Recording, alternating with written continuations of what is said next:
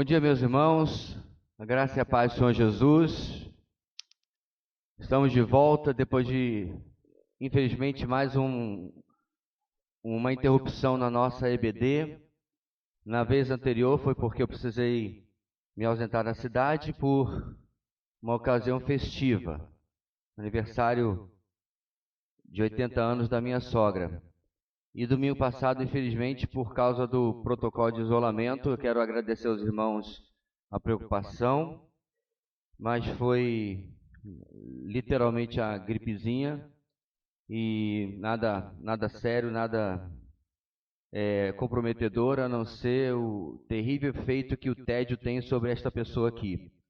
Apesar que tinha muita coisa para fazer, mas não poder sair e resolver as coisas ou reunir-me. Ainda bem que nós estamos no século XXI, algumas coisas a gente pode resolver à distância e digitalmente. Fiz aconselhamentos online ou em videoconferência, né? Mas realmente é uma situação muito chata essa que de vez em quando a gente está tendo que passar. E muito pior para aqueles que infelizmente experimentam complicações. E exatamente por causa disso nós vamos incluir ainda, irmãos, esta situação em nossa oração inicial. Nós já estamos, eu acredito, e pelo que eu tenho lido, na segunda metade dessa nossa infeliz jornada e mais rumando para o final, para uma estabilização dessa situação, né? A atual variante, como você fala, ela é como fogo selvagem, né? Como fogo de grama baixa, né? Ele alastra rápido, mas não tem grande duração e grande impacto. Sim, mesmo que infelizmente algumas pessoas tenham sido fatalmente afetadas, mas o impacto é muito menor. Isso já é um motivo, irmãos, de gratidão a Deus, porque, como eu disse, qualquer que sejam os motivos, ou imunidade de rebanho, ou a vacinação, ou os dois, nós estamos superando essa situação e eu creio que em alguns meses estaremos muito mais perto da normalidade. Vamos orar para que isso seja também o pensamento e a intenção daqueles que tomam decisões, porque em alguns lugares nós estamos vivendo dois extremos. Em alguns lugares eles estão abandonando completamente todo o protocolo de isolamento, né? Países de primeiro mundo, e compreendendo que nós já estamos em um estado de endemia e não mais de pandemia. E, por outro lado, você tem o pessoal que quer daqui a pouco pedir passaporte até para você entrar na sua própria casa, né? Então, entre esses dois extremos, que a gente encontre aí um meio termo e especialmente que a Igreja do Senhor não seja colocada em uma situação de escolher a quem vai obedecer, né? Eu particularmente sei muito bem a quem eu vou. Então, que a gente possa continuar orando para que logo a gente se veja livre dessa situação. Vamos então orar pela nossa aula de hoje e por isso também. Deus querido, nós te louvamos, te agradecemos por estarmos aqui na tua presença de novo e podermos estudar a tua palavra, podermos, ó Deus, aprender mais uma vez desse texto tão maravilhoso que é o Sermão do Monte. E como eu disse, colocamos diante do Senhor ainda aqueles irmãos, amigos, parentes que estão se recuperando, quer seja o pai dessa gripe, o pai que tem que ser alastrado, ou também ainda da pandemia. O Senhor possa guardar a vida de cada um, restaurá-los, ó Deus, e que logo eles possam estar voltando às suas atividades, aos seus compromissos, inclusive estando conosco, reunido com os seus filhos, reunido com os santos. Oramos, ó Pai, em termos geral, por esta situação, como eu disse, que possamos realmente estar nos encaminhando para o final desse processo, agora com dados mais veementes, mais relevantes, que assim o é, e que, ó Pai, as autoridades sejam cheias de sabedoria mesmo, e de inteligência e de interesse público, e não de interesse ideológico ou político ou qualquer outra coisa, mas realmente de beneficiar a população. Esteja conosco, nós oramos em nome de Jesus. Amém. Muito bem, irmãos. Falando de jangada que é pau que boia, aula número 12, lição número 6, o ato de reconciliação do cristão, ok? Vamos partir agora para a segunda metade, mas antes vamos passar pela nossa introdução, leitura e tudo mais, para nos situar naquilo que nós já vimos durante esses dias, ok? Ou melhor dizendo, 15 dias atrás, né? Então vamos lá. Na última parte de Mateus 5, Jesus apresenta 5 exemplos de como as tradições e interpretações superficiais dos fariseus haviam corrompido os ensinos da lei e dos profetas. Em cada caso, Jesus corrige a artimanha, enquanto realça os princípios espirituais. Nas 2 primeiras ilustrações, Jesus realça seu ensino sobre o 6º e o 7º dos 10 mandamentos, que proíbem o homicídio e o adultério. Jesus eleva a conduta cristã como um ideal muito acima da conduta que se pregava nas sinagogas. A nova lei é mais pura e mais exigente que a antiga. No primeiro exemplo de novos princípios do reino, Jesus demonstra a sua altíssima apreciação pela vida e pela reconciliação entre os irmãos. Vejamos como Jesus torna pequena a divisão entre assassinato e ira e convoca a nova comunidade a uma posição mais abrangente sobre essas questões. Antes de nós continuarmos, irmãos, eu quero destacar algo que eu não sei se ficou muito claro. Na verdade, não, vou destacar depois que a gente terminar esses 2 próximos slides, porque agora que eu lembrei que eu preparei um slide para falar sobre isso. Vamos lá. Vamos falar nossos objetivos, então, rapidamente. Compreender o alcance de não matarás, que não matarás tem. Sentir, ou seja, aperceber-se das ações que possivelmente você pratica e que estejam no âmbito destes mandamentos. E agir, comportar-se desde o íntimo, de maneira a ser diferente do que Jesus escreve no versículo-chave. Vamos entender ou relembrar, irmãos, aquilo que nós já vimos, lendo o texto de Mateus capítulo 5, a partir do versículo 21, a uma só voz. Vamos lá? Vocês ouviram o que foi dito aos seus antepassados: não matarás, e quem matar estará sujeito a julgamento.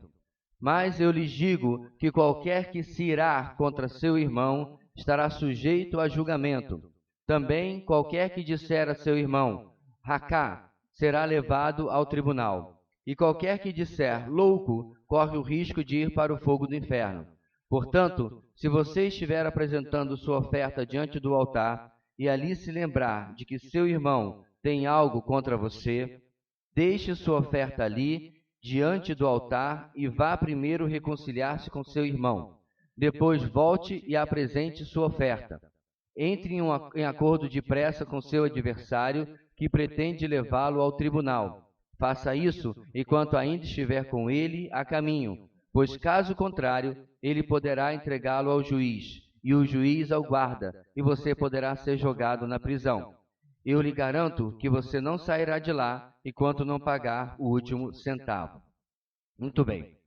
Então, no próximo slide, irmãos, eu quero convidar você a dar um passo atrás do nosso texto e ir até o versículo 20, para eu reforçar algo que talvez possa não ter sido claro para alguns. Pois eu lhes digo que se a justiça de vocês não for muito superior à dos fariseus e mestres da lei, de modo nenhum entrarão no reino dos céus. Eu estava lendo alguns textos, algum material sobre o Sermão do Monte, e num deles, agora nem me lembro mais quem era o autor, ele ressalta a importância de nós entendermos que o Sermão do Monte não é uma comparação e nem uma correção de Jesus para com a lei mosaica. Ele não está dizendo aquilo que Moisés escreveu está errado, certo? Muito pelo contrário, se você vai lá em Paulo, você vai lembrar que Paulo diz que a lei é boa, ok? Então, nós também obedecemos a lei mosaica. Como eu expliquei, creio que foi na primeira aula, nós não seguimos a lei cerimonial mais, porque ela se encerrou em Cristo. Nós não seguimos a lei civil, porque nós não somos Israel, não somos uma nação teocrática. Mas a parte da lei que nós chamamos de lei moral, nós continuamos seguindo. Os 10 mandamentos não foram anulados. Eles possuem princípios que nós aplicamos à nossa vida. E nós, ouça direitinho, abre seus ouvidos aí, faz assim. Nós cumprimos toda a lei perfeitamente. Como, irmãos? Em Cristo. Essa é a diferença. Os antigos buscavam o cumprimento da lei pela sua própria iniciativa, obediência, determinação. E, obviamente, não conseguiam. A não ser futuramente já crendo na promessa messiânica. Nós não. Por quê? Ele cumpriu toda a lei. Porque o fim da lei é Cristo, para justiça de todo o que crê. Então isso não significa que eu posso desobedecer porque em Cristo eu estou cumprindo, mas que posicionalmente em Cristo eu já cumpri toda a lei. Agora, então se Jesus não está corrigindo a lei nem o ensino de Moisés, o que Jesus está fazendo, irmãos? Versículo 20. Ele está corrigindo a falsa e a errada interpretação que os fariseus e os escribas, os mestres da lei, deram sobre a lei. Ok? Então, o problema, irmãos, nunca foi a Torá. O problema foi sempre os comentários que rabinos e outros mestres da lei, outras pessoas respeitadas pelo pensamento judaico, escreveram sobre a lei. Um que eu lembro aqui, por exemplo, é a questão do sábado. Eles determinaram, inclusive, quantos metros você poderia andar, qual atividade você poderia fazer e qual você não poderia fazer. Então, eles, para ninguém ficar perguntando toda hora, eu acredito, ou em dúvida, eles criaram uma série de regrinhas, certo? Então, eu não lembro agora mais de cabeça, mas vamos supor que fosse 100 metros. E aí você fosse pego... O que você está fazendo? Eu estou fazendo uma caminhada para ficar em forma. Quanto você já andou? Andei 4 quilômetros, você estaria transgredindo o sábado. Veja bem, Moisés nunca disse isso. Isso não é o que o mandamento do sábado quer dizer. Mas e como os religiosos judeus haviam criado essas sub-regras, isso acabava sendo algo que eles entendiam como se você não fizer isso, você está transgredindo a lei. Então Jesus está corrigindo essas coisas. E uma das distorções é isso que nós estamos vendo no nosso texto. Não adianta você, por fora, amar as pessoas, por fora você tratar bem as pessoas, mas no seu coração você está esganando e quebrando o pescoço dela só um pouquinho. Não adianta por fora você ser respeitoso, certo? Você jamais se insinuou para alguém do sexo oposto que não seja o seu cônjuge, mas por dentro você já está na cama com aquela pessoa, por assim dizer. Entende, irmãos? Então, ele está corrigindo porque para os fariseus eles não se importavam com isso. O que importava é o que você fazia externamente. E é isso que Jesus está corrigindo. Por que isso tem a ver conosco, irmãos? Muito. Porque um grande perigo, irmãos, um enorme perigo, não importa o quanto você conheça de teologia e de Bíblia, é que a sua espiritualidade se transforme em algo meramente exterior. Olha, deixa eu colocar bem claro aqui. Você pode estar fazendo seu devocional todo dia. Não, esse devocional eu vou fazer, porque afinal de contas o meu pastor participou dele, eu não vou deixar de prestigiar. Você está fazendo direitinho todo dia. Usando o diário de oração da frente, fazendo a leitura diária anual. Mas você vira as costas para a palavra e a sua vida volta a ser exatamente aquilo que era antes. Peraí.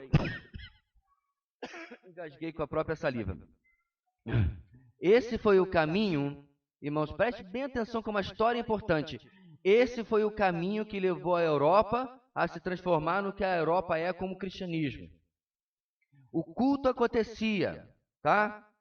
Igreja reformada, inclusive. Mas a vida fora da porta não tinha nada a ver com aquilo que você ouvia aqui dentro.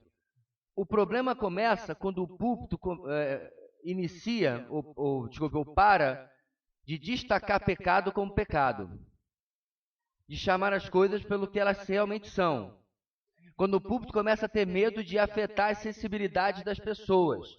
Eu já contei para vocês a história do pastor que foi entrevistado para concorrer à sucessão de uma igreja, e na entrevista falaram para ele que havia uma série de palavras que a igreja havia decidido em assembleia que não mais iriam ser pregadas lá ou faladas numa mensagem, porque afetava o visitante. Então não podia falar mais de adultério, não podia falar mais de pecado, não podia falar mais de inferno, não podia falar mais de homossexualismo, não podia falar mais dentro de corrupção, qualquer coisa que tocasse o possível público que estava visitando, não podia mais falar, mesmo que a Bíblia condenasse. Ira de Deus? Mas, rapaz, de jeito nenhum, Deus é amor. E aí aquele pastor falou assim, muito obrigado, mas eu não sou pastor para a sua igreja, porque a Bíblia me impede de me comportar assim. Me impede de negar a verdade. Então o púlpito, irmãos, abandona a mensagem. A congregação começa a gostar dessa mensagem mais macia, mais café com leite. Por quê? Porque é mais uma desculpa para eu e você vivermos lá fora uma vida dissonante daquilo que a gente está sendo pregado. Agora, eu estou falando isso, meus irmãos, porque isso é muito sério. O mundo precisa ver a ética e a justiça cristãs através da minha e da sua vida. Essa semana, foi até quando eu fui fazer o teste. Estava esperando o meu resultado na farmácia, e aí eu vi um produto. Estava procurando isso aqui, aí eu peguei o produto. E aí quando eu peguei o resultado, fiquei tão abalado, desisti. Não, estou brincando. Eu fui lendo o resultado e fui embora. E aí quando eu saí, fiz a curva, já estava uns 300 metros, eu olho para o banco do carona, onde tinha colocado as coisas que estavam na minha mão, né? E olhei o produto e falei assim, alguma coisa está errada nesta cena. E aí eu fiz a volta, voltei na farmácia e fui meio que sorrindo amarelo e tal, no caixa direto, né? Eu falei, olha, saí distraído e acabei esquecendo de pagar isso aqui. A cara de surpresa que eu podia ver por trás da máscara do caixa, já vale a pena, irmãos. Você vê a sociedade chocada porque você está fazendo a coisa certa. Ninguém precisa de medalha. Nossa, precisa fazer uma reportagem sobre o pastor e botar na Folha de Boa Vista. Não. Isso é o óbvio, como dizia um professor meu, isso é o óbvio ululante. Mas a nossa sociedade, irmãos, não é assim. Claro que tem gente que não conhece a Cristo, não serve a Cristo, que faria a mesma coisa. Mas o normal da nossa sociedade não é esse. Quer ver só? O LX virou, que não é o LX, né? É só uma página no Facebook. Virou lugar para tudo. Outro dia estava dizendo assim, procura-se moças de boa aparência para trabalhar em garimpo.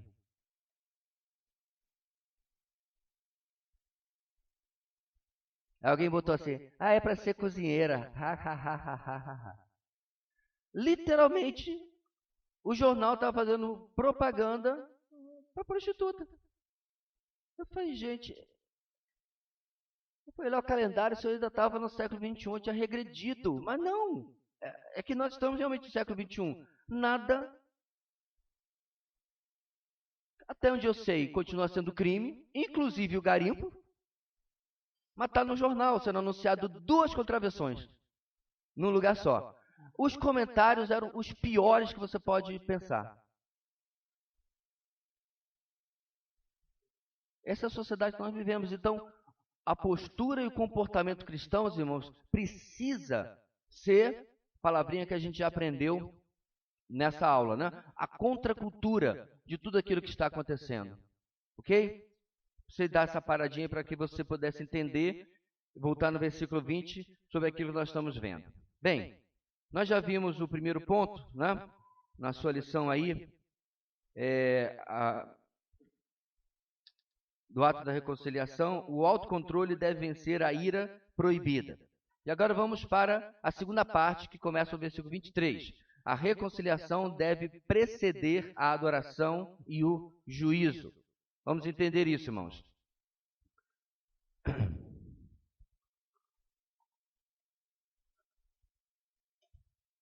O oposto da ira e do homicídio é a reconciliação com o irmão, a restauração de relações sadias na família de Deus. Prestar o verdadeiro culto a Deus é uma tarefa do reconciliado. Quem, com o coração não reconciliado, vem ouvir a palavra de Deus e receber o sacramento, recebe-os para juízo. Perante Deus, o tal é homicida. Por isso, vá primeiro reconciliar-se com seu irmão, depois volte e apresente a sua oferta. Isso é do livro Discipulado, que eu já li, de Dietrich Bonhoeffer. Só uma ressalva aí, meus irmãos. Quando ele se refere a receber o sacramento, é porque Bonhoeffer era luterano. Luterano, presbiterianos também, boa parte dos reformados, eles ainda chamam a ceia e o batismo de sacramento, como a Igreja Católica chamava. Eles reinterpretam o significado de sacramento, ok? Uma vez que a Igreja Católica tem uma ideia salvífica, uma ideia que está relacionada à salvação da pessoa, ok? Já o reformado desta linha, ele vai reinterpretar como a ideia de que Deus ministra graça àquele que participa apropriadamente do sacramento. Nós batistas, reformados ou não, não entendemos da mesma forma. Nosso entendimento é que a ceia é um símbolo, é uma ordenança, esse é o termo que nós usamos. Então você pode muito bem substituir aí e receber a ordenança, recebe-os para o juízo, porque é o que está inclusive no texto bíblico. Quem participa da ceia em pecado, ele recebe para a sua própria condenação, não é o que está lá em 1 Coríntios? Então, estamos de acordo com o que ele está falando aí. Pois bem, irmãos, voltando então para o nosso texto aqui. A ideia, meus irmãos, é que a mesma força que existe numa consequência de uma ira, de um homicídio, ela é anulada pela reconciliação. Isso aqui é tão sério que isso aqui não pode ser desprezado. Eu não posso ter em mim um espírito que diz, ele que venha falar comigo. Porque o que o texto diz, lá no versículo 23, não é se seu irmão, se você fez alguma coisa contra o seu irmão. A ideia é, se há algum problema de relacionamento, a sua tarefa é resolver. Você pode até não ter muita disposição naquele primeiro momento, você pode não estar até muito disposto naquele primeiro momento, mas não pode ser algo que diz assim, quando der, eu trato isso aqui. É algo, meus irmãos, de primeira pauta no nosso relacionamento. Pode ser algo simples ou pode ser algo grave. O fato é que não importa se aquela pessoa vai receber bem ou não, eu procurá-la para tratar. A minha tarefa não é dizer assim, eu iria, se fosse uma pessoa mais compreensível. Eu iria, se fosse uma pessoa mais fácil de lidar. Nada disso tem no texto. O texto me coloca sobre uma obrigação de que, independentemente qual seja a atitude, a índole, a parcela de culpa de cada lado, nenhuma dessas questões, irmãos, estão em jogo. Por que eu estou destacando isso tanto? Porque é geralmente isso que você ouve quando alguém vem falar com você que está com problema com outra pessoa.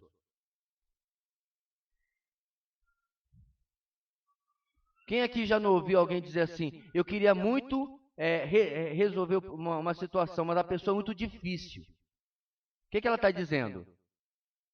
Se ela fosse uma pessoa fácil, eu já teria resolvido. Provavelmente não. Mas ele tem mais uma desculpa, que ela é uma pessoa difícil. Irmãos, eu já tentei resolver coisas com pessoas difíceis. E talvez eu tenha sido já uma pessoa difícil para alguém que tentou resolver comigo. E eu sei que não é fácil. Porque você fala alhos, a pessoa entende bugalhos. Você vai todo desarmado, todo mansinho, todo tranquilo e tal. Em 2 palitos a situação reverte e já fica tensa. E de novo, nada disso pode ser usado de minha parte como uma desculpa para não resolver. Porque prestar o verdadeiro culto a Deus é uma tarefa do reconciliado. Eu estou me excluindo da minha atitude de adoração. Então veja como isso é sério, irmãos. Eu lembrei quando eu li isso aqui, do texto onde Pedro fala que conflito no casamento atrapalha a vida de oração. Lembra disso? E a gente acha que é pouca coisa. A gente acha que é algo que não precisa levar muito a sério, não precisa resolver, não precisa tratar, não. A Bíblia coloca coisas sérias como que Deus tivesse assim, não, eu estou achando muito bonita essa presepada que você está fazendo aí, mas não está servindo para nada, porque tem um lance que você está pendente que você tem que resolver. E é isso que o Senhor está falando aqui. Faz um culto enorme, bonito e belo, mas que na prática não tem efeito nenhum, porque o mais importante eu não estou resolvendo. Por que isso aqui tem relevância, meus irmãos? Porque está diretamente ligado ao versículo 20 que nós lemos agora há pouco. O verdadeiro bíblico adorador, ele quer preencher os requisitos de adorador. E isso, meus irmãos, é desde o Antigo Testamento. Alguém já parou para perceber que o problema lá, quando a Arca da Aliança cai, porque os bois tropeçam, e Uzá tenta segurar a arca para ela não cair no chão e ele é morto diante do Senhor? A gente presta muita atenção no ato de Uzá, em que ele tocou na arca e não podia, né? Mas alguém percebe no texto algum outro probleminha? Que Davi, inclusive, corrige. Se você já fez sua leitura anual, eu não sei se você já passou por isso aí, porque eu estou adiantado, mas mais adiante Davi corrige esse erro. Qual é o erro desse texto, irmãos? A arca não era para ser levada por carro de boi. A arca era para ser levada como, irmãos? Por 2 varas no ombro dos sacerdotes. Só. Ela não era para ser levada por carro de boi. O problema já havia começado lá atrás. Eu acho até que foi o anjo que colocou aí o pé na frente da pata do boi para ele tropeçar, para ver se eles percebiam que estava fazendo coisa errada. Ou seja, a adoração mesmo no Antigo Testamento, ela tinha critérios. Critérios cerimoniais, é verdade, mas tinha critérios. O fogo estranho que foi levado, que levou os filhos de Arão a serem fulminados, é porque eles levaram fogo fora do critério. Isso que é fogo estranho. A gente usa muito essa palavra hoje um pouco solta, né? Mas fogo estranho é adoração, serviço a Deus fora do padrão de Deus. Levar adoração, prestar culto, enquanto eu estou carregando mágoa, conflito com alguém, é fogo estranho. Porque eu tenho que ir lá e resolver aquilo primeiro. Então o Senhor, meus irmãos, nos coloca numa sinuca de bico. Nos coloca num beco sem saída. Porque eu não posso deixar de servi-lo e adorá-lo, mas eu não posso fazê-lo se eu não resolver isso aqui. Tinha uma prática, irmãos, eu não sei se quantos já viram isso. Vai ter a ceia, né? E aí o irmão está distribuindo a ceia, e aí está o irmãozinho ali que está em pecado. Essa é uma expressão curiosa, porque alguém aqui não está em pecado? Alguém aqui está no estado de santidade, que se a gente botar os óculos espirituais, você está brilhando? Mas enfim, o irmãozinho se via em pecado. Eu entendo, de repente ele estava com alguma coisa séria, né? Fez umas coisas que não deviam no namoro, fez umas coisas que não deviam no trabalho, andou sendo rude com algumas pessoas, ele está num momento ruim, ele está se vendo em pecado. Aí o que é que ele faz? Não vou participar da ceia. Eu já vi isso acontecer um monte de vezes. E a gente ficava meio... Eu aprendi, irmãos, na minha igreja, a olhar para o meu colo, quando eu estava na ceia, para não perceber quem não pegava, porque é esquisito. Você vê aquele irmão que canta no coral, aquele irmão que é diretor sei lá do quê, o outro que tal, ele não vai participar da ceia. Com o tempo eu entendi que eles não entendiam o que o texto bíblico estava dizendo. Porque o que Paulo coloca sobre a ceia, meus irmãos, é muito semelhante ao que Jesus faz aqui no Sermão do Monte. Eu estou criando um gatilho, eu estou criando um meio para que você resolva os seus problemas espirituais para poder participar do seu serviço espiritual. A ideia aqui não é, eu vou levar a oferta até o altar, né? Não temos altar, irmãos, estou falando do contexto do texto bíblico, né? E, é verdade, eu estou com aquela pendenga com o Adson. Então, guardo meu dinheiro, guardo minha oferta, vou para casa. A ideia do texto não é essa. Tanto quanto não é, não vou participar da ceia porque eu estou em pecado, deixa como está. Melhor não mexer. É que nem esterco em campo aberto assim no gramado. Está seco por fora, é melhor não mexer não que vai cheirar mal. Não, a ideia em nenhuma das duas situações é essa, irmãos. A ideia é resolva. Encerre o conflito. Às vezes não vai dar nem para fazer literalmente naquele momento. Talvez você Está com problema com a pessoa que não está no culto. Mas eu entendo, meus irmãos, porque a ideia aqui não é de legalismo, mas a ideia é que você pode fazer uma oração sincera, dizendo, Senhor, eu me arrependo da maneira como tratei o fulano. Eu me arrependo da maneira como transcorreu o problema com o ciclano. E eu me comprometo diante do Senhor, que ao sair desse culto, a primeira coisa que eu vou tratar é ligar para ele, ou ir na casa dele, ou sei lá o que, e resolver o meu problema com o meu irmão. Vou pedir perdão pela parte que me cabe nesse latifúndio. Irmãos, eu particularmente participaria da ceia, como já fiz, inclusive, tranquilamente. Mas, detalhe, a Bíblia fala claramente que a Deus não se faz voto de tolo. Então, não estou falando aqui para você. Você não se faz voto nem promessa nem para criança que você não vai cumprir, quanto mais para Deus. Então, eu resolveria as coisas com o Senhor me comprometendo, participaria da ceia e, ato contínuo, ligaria ou trataria pessoalmente ou resolveria aquilo da maneira como eu puder. O que não pode, meus irmãos, é varrer para baixo do tapete. Eu já participei de igreja, meus irmãos, que haviam relacionamentos rompidos durante anos. Gente que literalmente chegava para o culto e ia sentar do outro lado. Como um cristão pode entender que isso é algo plausível? Como um cristão pode entender que isso é algo que você tem algum tipo de liberdade ou permissão para fazer? Então, se porventura você tem vivido e agido dessa maneira, essa lição precisa ser levada muito a sério por você também. Vejamos 2 conselhos quanto a essa questão, e são do autor John Driver. Primeiro, tão logo o irmão se dê conta de sua ofensa, que trate de reconciliar-se com seu irmão, não importando que esteja no momento mais alto do culto, porque o culto autêntico somente é possível numa comunidade de irmãos reconciliados. Eu já experimentei, irmãos, isso aí nas duas vias.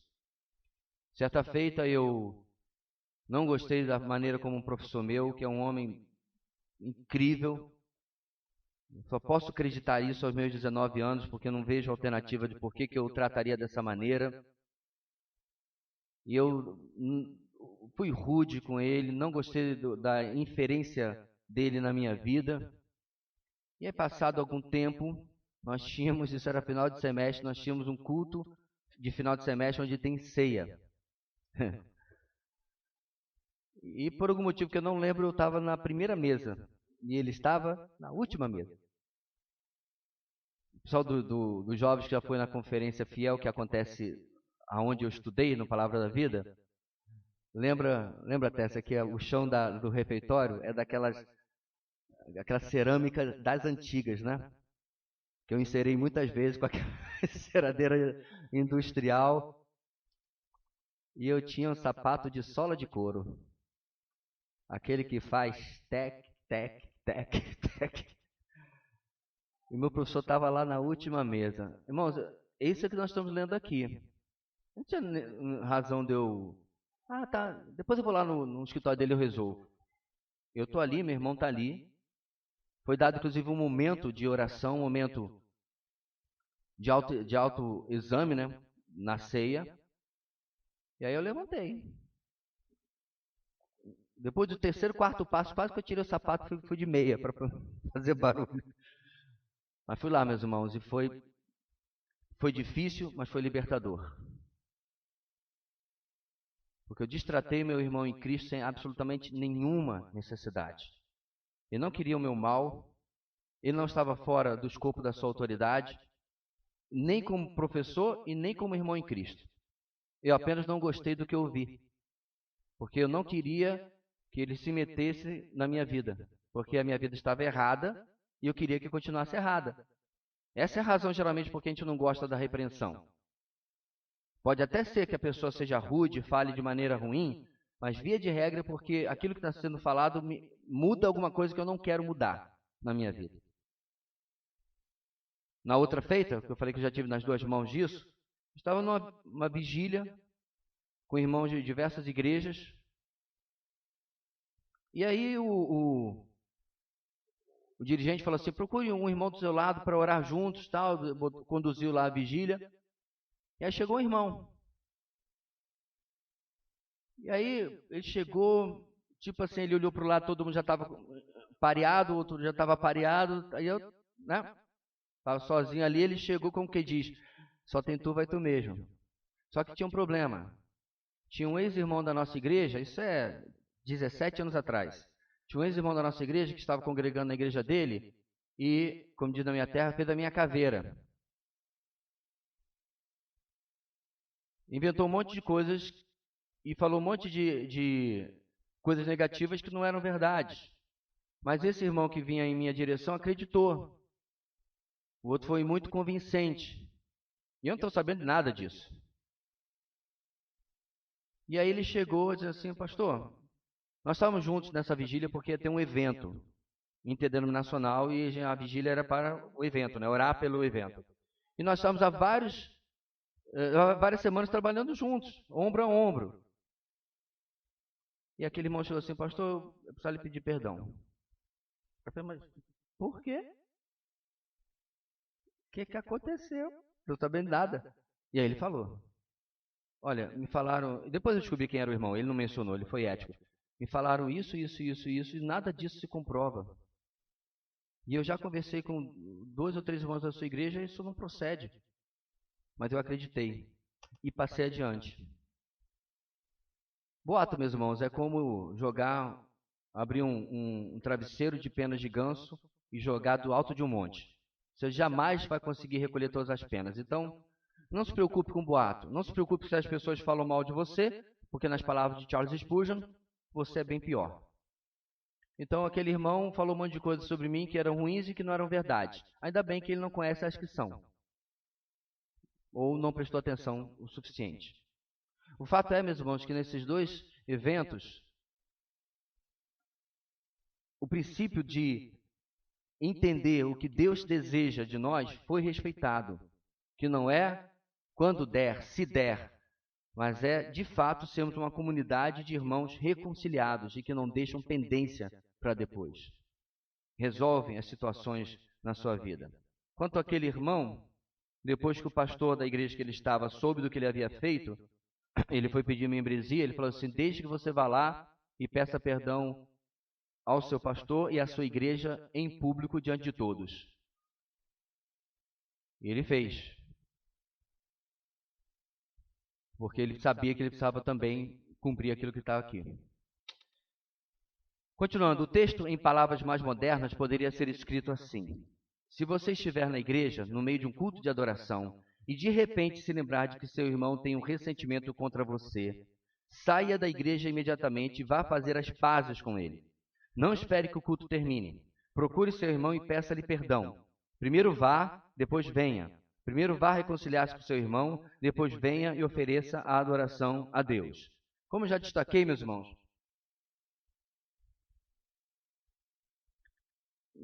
você pode até discordar, talvez você queira ser mais literalista e achar que, tipo, né, tá aqui tocando no louvor. No louvor você recebe aquela convicção do que nós acabamos de ler aqui. Você pede licença aos irmãos, coloca o seu instrumento e vai embora resolver seu problema. Você pode ser literalista sim. Eu não estou dizendo que você estaria errado.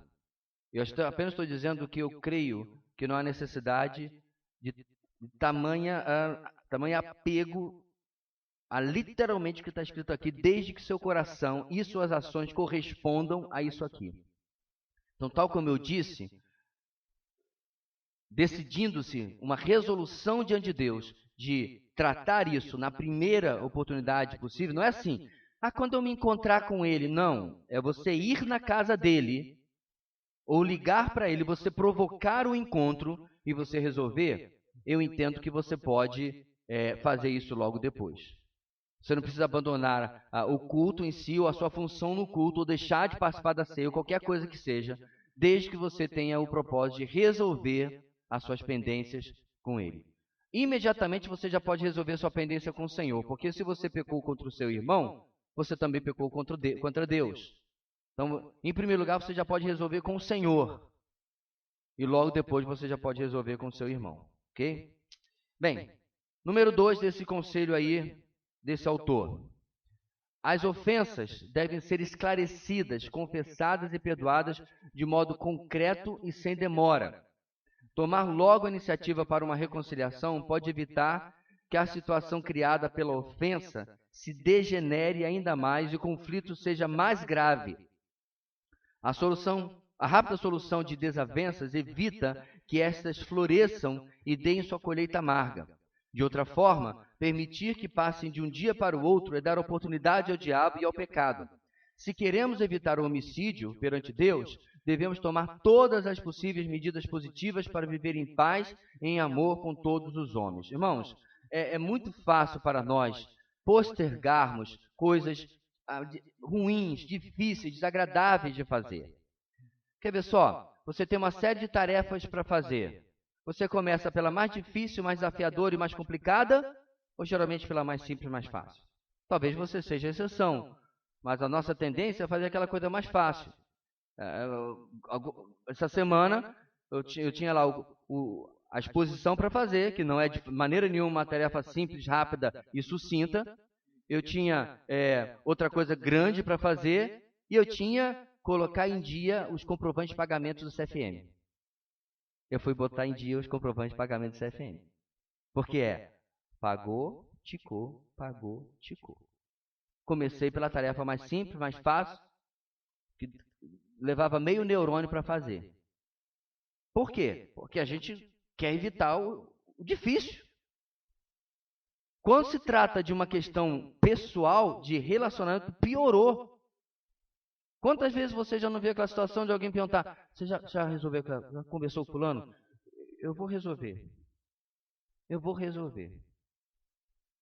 40 anos depois, eu já vou resolver. Na hora eu chego lá. Irmãos, parece brincadeira, mas você deve conhecer gente, famílias, onde as coisas se arrastam às vezes por década.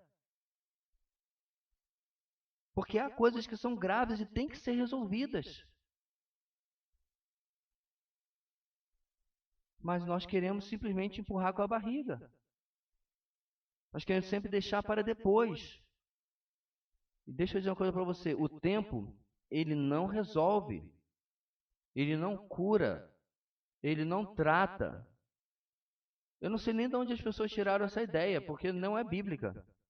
A única coisa que você pode usar o tempo é, de repente, se aquela pessoa está por demais irada, e você pode... Deixa eu dar um dia, 2 para ele se acalmar e a gente vai lá e vai resolver. Talvez. E olha que ainda tem que ver se você está realmente desejoso de que a calma venha sobre a pessoa ou apenas está usando isso como mais uma desculpa para postergar. Mas a verdade é, meus irmãos, o momento para resolver isso precisa ser o mais imediato possível. De preferência, segundo Efésios 4, no mesmo dia, para que o sol não se ponha. Resolver imediatamente, o mais rápido possível, para que aquele conflito não se transforme em um impedidor no seu relacionamento com o Senhor. Ok? Num sentido mais avançado, devemos também entrar, tá faltando a divisão da palavra ali, né? Entrar em acordo com Deus. Ele é o juiz e o justificador. Ele impõe a nós as condições e ele dirige o tribunal dos céus e da terra. Ou seja, como eu falei agora há pouco, em última análise, o seu pecado é com Deus. Então você precisa resolver também primeiro com ele. Entre em acordo com Deus. Talvez você não esteja mais vivendo neste mundo amanhã de manhã. Então você estará indo para a eternidade. Entre em acordo com Deus, sem demora, enquanto você está com ele a caminho. Mark Lloyd Jones. E claro que Lloyd Jones não está falando nada sobre salvação aqui, meus irmãos, mas por que nós iríamos sequer contemplar a possibilidade de passar dessa vida para outra com algum tipo de pendência com o nosso Deus? Porque isso seria algo que se transformaria sequer numa possibilidade para nós. Então, a primeira coisa que eu preciso, meus irmãos, ter em mente é que eu não preciso deixar Deus em banho-maria para resolver absolutamente nenhum problema, nenhum conflito, nenhum pecado com Ele. A minha resolução para com o Senhor precisa ser imediata. Eu posso até necessitar de um dia, 2 para resolver com uma outra pessoa, quer seja para se acalmar, quer seja para ter uma oportunidade de encontrar com ela, mas com o Senhor não. Ela deve ser imediata, não só em relação a isso, mas em relação a qualquer pecado, qualquer coisa que possa acontecer na minha vida. A adoração ou ato algum positivo jamais suplantará a desobediência ou qualquer ato negativo da nossa parte. A oferta não era maior do que a reconciliação, tal como a oferta de Saul não era maior do que a desobediência esperada dele. Abra comigo em 1 Samuel, irmãos, capítulo 15. Queria dar uma olhada nesses textos que estão destacados aí.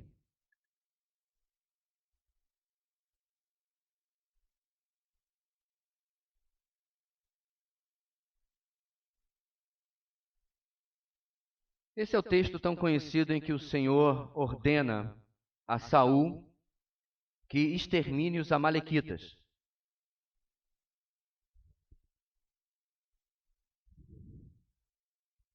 Versículo 1 até o versículo 3. Samuel disse a Saul: Eu sou aquele a quem o Senhor enviou para ungí-lo como rei de Israel, o povo dele. Por isso, escute agora a mensagem do Senhor. Assim diz o Senhor dos Exércitos: Castigarei os amalequitas pelo que fizeram a Israel, atacando-o quando saía do Egito. Agora vão, ataque os amalequitas e consagre ao Senhor para destruição tudo o que lhes pertence.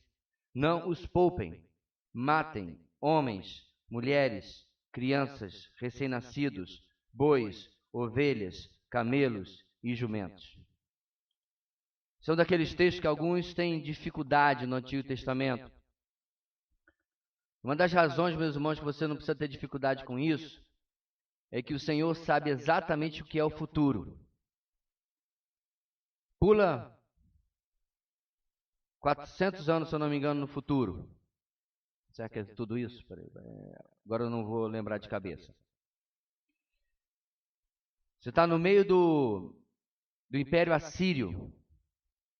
Já passou o Império Babilônico, o povo já começou a voltar para Jerusalém, mas ainda há o Império Assírio. Esses são os dias de Ester. Quem é o arqui-inimigo de Ester no livro de Ester? Quem é o arqui-inimigo, não dela, mas de todos os judeus? Agar, o Agagita. Logo, logo no texto você vai descobrir quem é. Por que ele é chamado de Agagita? E você vai compreender porque Deus disse para matar todos e não poupar ninguém. E aquela história, meus irmãos, parece até a política de hoje, né? O Senhor estava certo.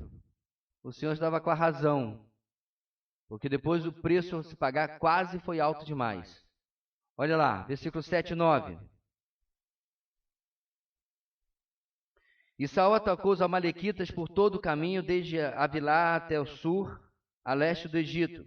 Capturou vivo. Quem, irmãos?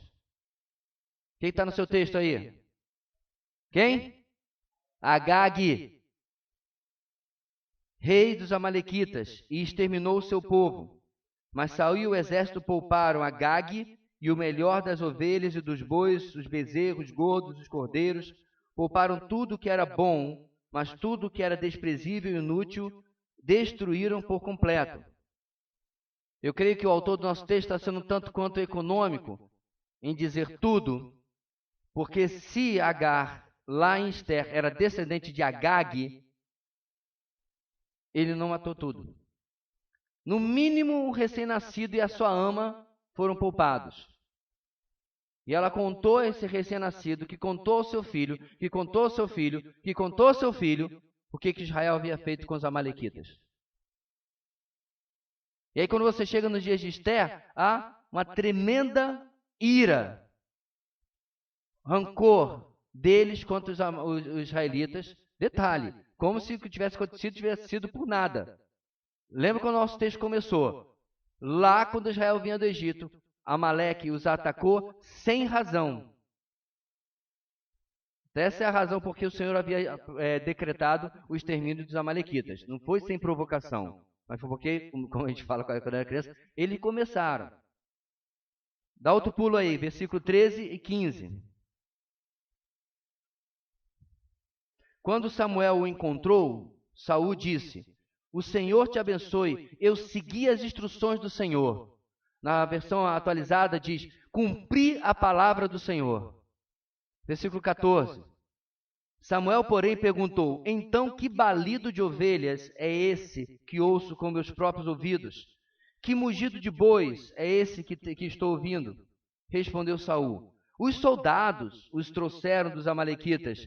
Eles pouparam o melhor das ovelhas e dos bois para sacrificar ao Senhor, o teu Deus, mas destruímos totalmente o restante. O que não era verdade. Versículo 22 e 23.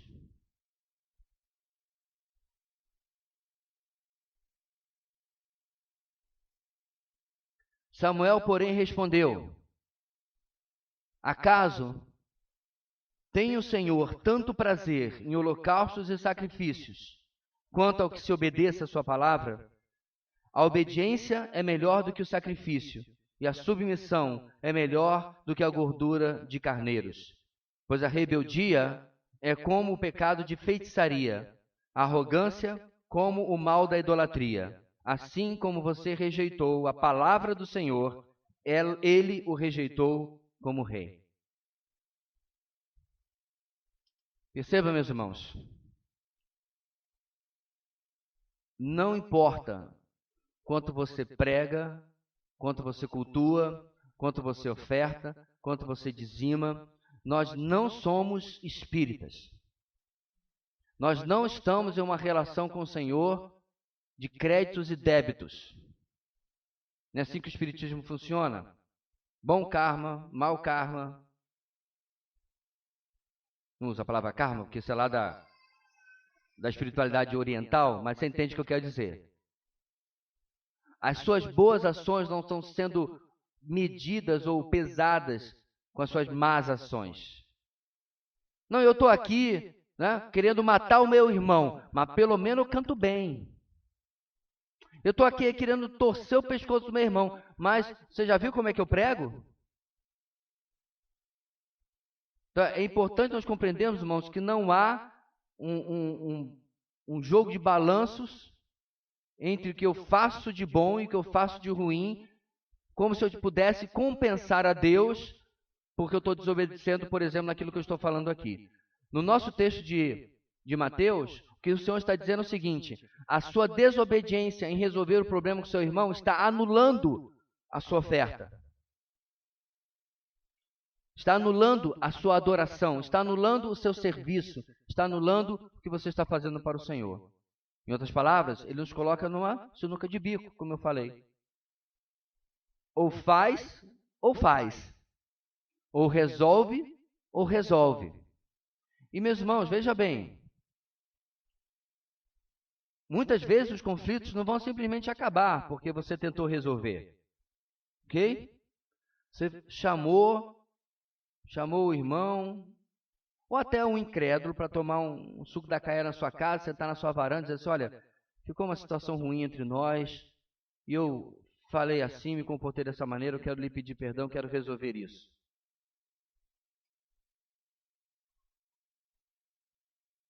E a pessoa simplesmente não querer assunto. Mas a minha e a sua obrigação, meus irmãos, é dar o passo, resolver e tratar aquilo que é do seu lado. Tratar aquilo que é da sua responsabilidade naquele problema. A partir daí, você deixa com o outro para fazer aquilo que lhe cabe. Vamos ver a nossa conclusão. Jesus não anulou o sexto mandamento, não cometerás homicídio, ou não matarás. Pelo contrário, ampliou, elevando até os nossos sentimentos coléricos e palavras de maldição. O crente tem os recursos espirituais para amar. Vamos ver os textos, irmãos? Está aí, bom não pulá-los.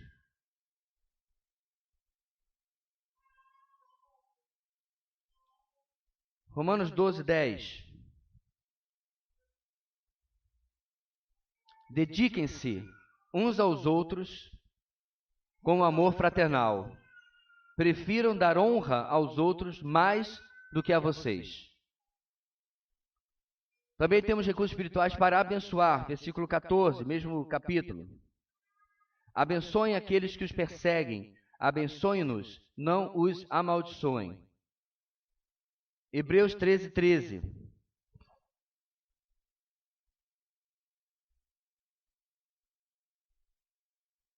Portanto, saiamos até ele fora do acampamento, suportando a desonra que ele suportou. Está se referindo a exortar, né? Estimular as boas obras, consolar. 1 Tessalonicenses 5, 11. Agora pedimos a vocês, irmãos, que tenham consideração para com os que se esforçam no trabalho entre vocês. Eu estou no versículo certo? Não. Versículo 11. Pulei.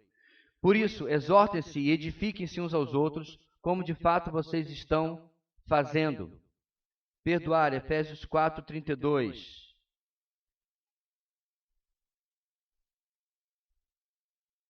Sejam bondosos e compassivos uns para com os outros, perdoando-se mutuamente, assim como Deus os perdoou em Cristo. E, finalmente, viver em paz com todos os homens. E tornamos para Romanos 12, agora versículo 18. Façam todo o possível para viver em paz com todos. São apenas alguns exemplos, meus irmãos, de que o crente tem recursos espirituais para fazer essas coisas. Algumas dessas podem parecer ao homem natural, ao homem sem Cristo, com certeza, difíceis demais. Podem parecer até mesmo a mim e a você que temos o Espírito Santo, mas elas não são. Elas estão dentro do nosso alcance e, como eu disse agora há pouco, que experimentei no que passei, é libertador. Porque você não está mais carregando aquilo, e o Espírito Santo vai lhe lembrar que você está carregando o tempo todo, para lá e para cá, aquele peso, e resolveu algo que o Senhor já lhe deu os recursos para que você possa resolver. Esse é o caminho da autonegação, o caminho da cruz. Ter recursos para matar, maldizer, irar-se, mas abrir mão em obediência àquele que abriu mão da própria vida em nosso favor. Que em nós habite o mesmo sentimento que houve em Cristo Jesus. Ou seja, irmãos, essa pequena ação de reconciliação, ela é infinitamente menor do que a ação que o nosso Senhor fez conosco. Nós éramos aqueles que haviam transgredido com Ele, e Ele vem nos buscar. Ele vem ao nosso alcance, Ele vem nos encontrar e nos fazer reconciliados com Ele. Ele não deve absolutamente nada. Então a grande questão aqui é que aquele que é completamente inocente na relação que eu tenho com Ele, se dispôs a vir até mim e resolver os problemas através do seu próprio sangue. Aí a pergunta, de novo, a sinuca de bico: como eu posso ter outra postura? Como eu posso ser arrogante ao ponto de que quando eu estiver, inclusive, devendo a alguém, eu não querer resolver? Então a atitude do Senhor nos coloca, nos confronta com a nossa teimosia e o nosso orgulho. E como nós precisamos resolver isso o mais rápido possível. Irmãos, muito bonito o que nós vimos até agora. Mas eu tenho convicção de que algumas pessoas aqui hoje as engrenagens estão girando, dá quase para ouvir. E você está pensando naquelas cláusulas de exceção, naquelas situações, mas você não sabe o que ela fez comigo. Ou você não sabe como ele é e como vai usar essa situação para me humilhar ainda mais se eu for pedir perdão. Eu quero desafiar você a abandonar tais pensamentos. Eu quero desafiar você, meu irmão, a repreender tais pensamentos, em nome de Jesus. E tal como você faz, não é muito a nossa praia aqui, né, a nossa experiência, mas como você faz em um lugar que está muito frio e vai tomar banho num dia frio, você simplesmente se mete debaixo daquela água. E você tem a coragem de simplesmente fazer aquilo que você tem que fazer. Que hoje mesmo você possa, inclusive, ou agora mesmo, você possa se voltar para o Senhor e dizer: Senhor, me ajuda. Me ajuda a procurar essa pessoa. Talvez hoje à tarde. Talvez agora, depois da EBD. Sentar com ela E independente de qual seja o resultado, o que aconteça com o processo, eu possa resolver qualquer coisa que esteja entre nós. Esse é o meu desafio, meus irmãos, porque maravilha de estudo. Mas lembra que eu falei? Como é que as igrejas na Europa, você ouvir, achar lindo, nossa, estou tão feliz que eu estou numa igreja com um estudo desse. E aí? Porque esse é o objetivo do nosso devocional diário. Esse é o objetivo da sua leitura de cada livro, da Bíblia toda, da IBD, da pregação expositiva. É produzir mudança na minha e na sua vida. Amém, irmãos? Pai querido, tem misericórdia de nós, das nossas lutas e nossas dificuldades, nossas fraquezas, as quais são usadas pela carne, pelo inimigo, para produzir os problemas e os relacionamentos que nós temos. Ó Deus, ajuda-nos com a Tua graça para que a gente possa compreender a necessidade que temos da Tua mão se estendendo e nos capacitando a fazer o que vimos hoje.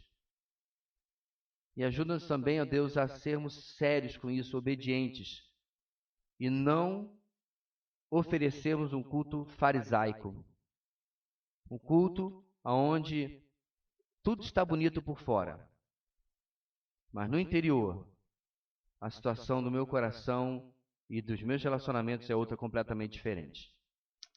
Abençoa-nos, ó Deus, que hoje nós possamos ter um tempo de descanso à tarde e à noite a Tua igreja possa estar aqui maciçamente para louvar ao Senhor, dentro dos requisitos que o Senhor tem nos dado, uma adoração verdadeira, espírita em verdade, uma adoração bíblica.